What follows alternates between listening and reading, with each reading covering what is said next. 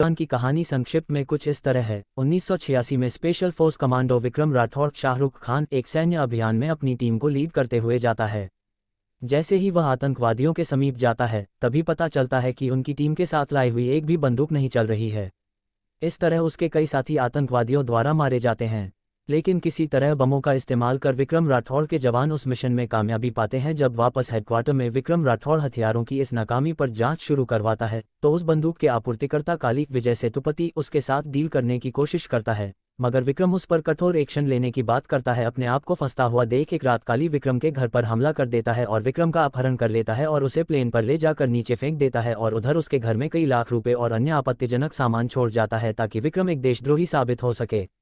एक पुलिस वाला जब विक्रम की पत्नी ऐश्वर्या दीपिका पादुकोण को विक्रम के देशद्रोही कहने का दबाव बनाता है, तब ऐश्वर्या उस पुलिस वाले की हत्या कर देती है, जिसके कारण कानून उसे फांसी की सजा सुनाता है। मगर फांसी के ठीक पहले पता चलता है कि ऐश्वर्या गर्भवती है, जिसके कारण उसे बच्चे के जन्म के बाद बच्चे की आयु 5 वर्ष तक होने तक उसकी फांसी टाल दी जाती है। उधर ऐश्वर्या जेल में ही एक बेटे को जन्म देती है और उसका नाम आज़ाद रखती है और उसे सीख देती है कि बड़ा होकर वह अपने पिता की तरह देशभक्त बने और अपने पिता पर लगे कलंक को मिटाने के लिए काम करे। आज़ाद जब 5 वर्ष का होता है, तब ऐश्वर्या को फांसी की सजा दे दी जाती है। आज़ाद को जेलर कावेरी अम्मा गोद ले लेती है और उसे पाल पोस कर बड़ा करती है। उधर प्लेन से गिरने के बाद विक्रम एक नदी में गिर जाता है, लेकिन उसे गांव वालों ने बचा लिया। लेकिन उसकी याददाश्त चली जाती है, जिसके वजह से वह उसी गांव में रह जाता है। 30 साल बाद युवा होकर आज़ाद शाहरुख खान उसी जेल का जेलर बनता है जहां उसकी मां को फांसी की सजा हुई थी। आज़ाद अपने जेल की महिला कैदियों के साथ काफ़ी अच्छा व्यवहार करता है और उन्हें अच्छा नागरिक बनने की प्रेरणा देता है।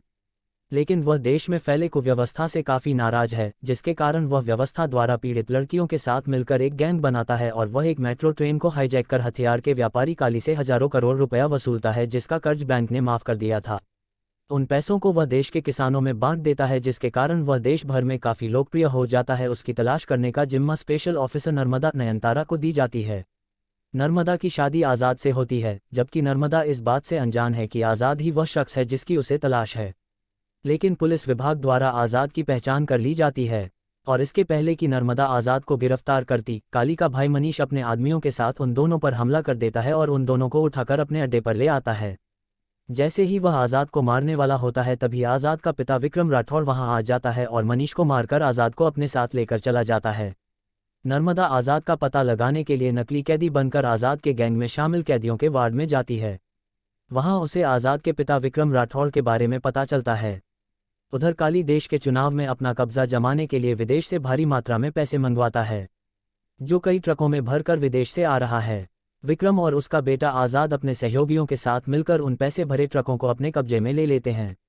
लेकिन काली किसी तरह से विक्रम राठौड़ को अपने कब्जे में ले लेता है और उसे मारने ही वाला होता है कि तभी आज़ाद फिर से विक्रम राठौड़ बनकर जेल को अपने कब्जे में लेकर सरकार से डिमांड करता है कि प्रदूषण फैलाने वाले कारखानों को बंद करवाया जाए।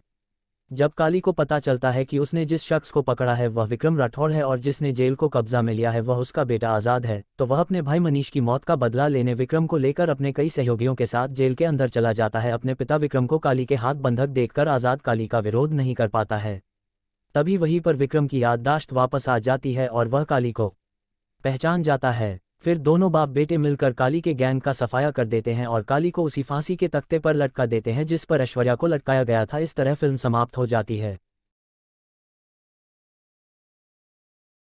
फिल्म जवान की कहानी